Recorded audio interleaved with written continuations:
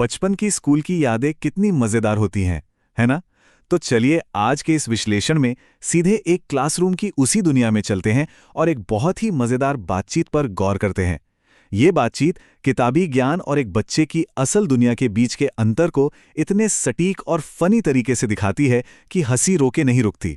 माहौल एकदम सेट है। एक टिपिकल क्लासरूम जहां एक तरफ हमारे मुस्कुराते हुए लेकिन थोड़े सख्त टीचर हैं और दूसरी तरफ अपनी डेस्क पर बैठे उत्सुक बच्चे, और इन सब के बीच खड़ा है हमारा हीरो, एक थोड़ा सा नर्वस बच्चा गोलू, जिसका आज ज्योग्राफी का ओरल टेस्ट होने वाला है।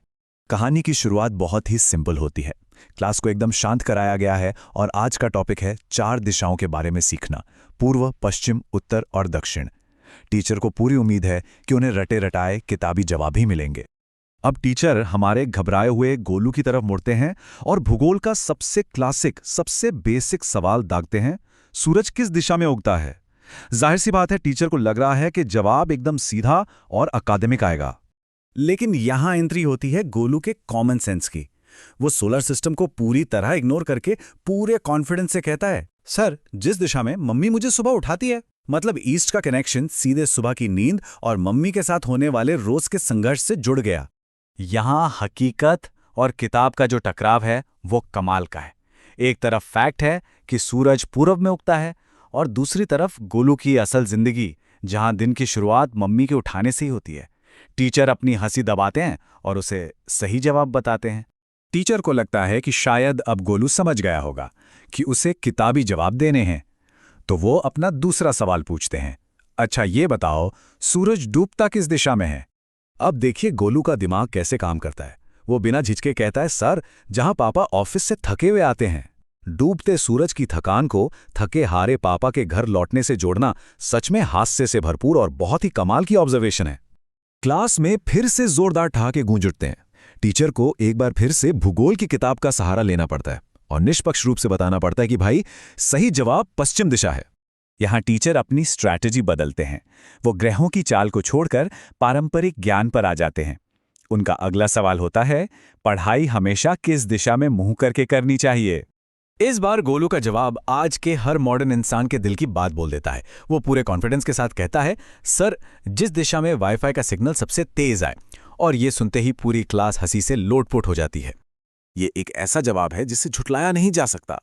पारंपरिक तौर पर भले ही उत्तर दिशा को पढ़ाई के लिए बेस्ट माना जाता हो, लेकिन आज के टाइम में बिना स्ट्रांग वाईफाई की पढ़ाई कहाँ होती है। टीचर बेचारे अपना सर पकड़ लेते हैं।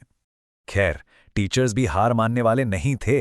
वो इस मजेदार सेशन का अपना आखिरी और सबसे मुश्किल सवाल फेंकते हैं, अच्छा ये बताओ, सोना किस दिशा में चाहिए? और यहां गोलू अपना मास्टर स्ट्रोक खेलता है, एकदम प्योर प्रैक्टिकल कॉमन सेंस। वो मासूमियत से कहता है, सर, जिस दिशा में बिस्तर हो बस वहीं सो जाना चाहिए। इसमें कोई उलझन नहीं, बस एक बच्चे का सीधा और साफ लॉजिक है। इस बार तो टीचर का भी कंट्रोल टूट जाता है और वो भी बच्चों के साथ खुलकर हंसने लगते हैं। वैसे अकादमिक रूप से सही जवाब दक्षिण है, लेकिन गोलू के इस लाजवाब लॉजिक के सामने सारे भौगोलिक तथ्य पूरी तरह फेल हो गए। अगर हम गोलू के इस नए कंपास को देखें तो ये दुनिया के मैग्नेटिक पोल से नहीं चलता, ये चलता है डेली रूटीन से। पूर्व यानी मम्मी का जगाना, पश्चिम यानी पापा का थके हुए आना, उत्तर मतलब तेज वाईफाई, और दक्षिण जहां भी बिस्तर मिल जाए। दुनिया का एक एकदम नया नक्शा। इस पूरी मजेदार बातचीत के बाद टीचर भी मान गए और उन्होंने गोलू को एक नया टाइटल दे दिया, कॉमेडी का टॉपर। पढ़ाई में भले ही वो थोड़ा कमजोर हो, लेकिन उसकी कॉमिक टाइमिंग और अपनी दुनिया को देखने के नजरिए का कोई जवाब नहीं। इस विश्लेषण को खत्म करने से पहले ये सोचना बड़ा दिलचस्प है कि अगर हम सभी को अपनी रोजमर्रा की जिंदगी के हिसाब से अपना खुद का कंपास बनाना हो, तो वो 4 दिशाएं क्या होंगी? हमारी आज की भाग-दौड़ में हम अपने असली प्राथमिकताओं को किस दिशा में खोजेंगे? सोचने वाली बात है ना?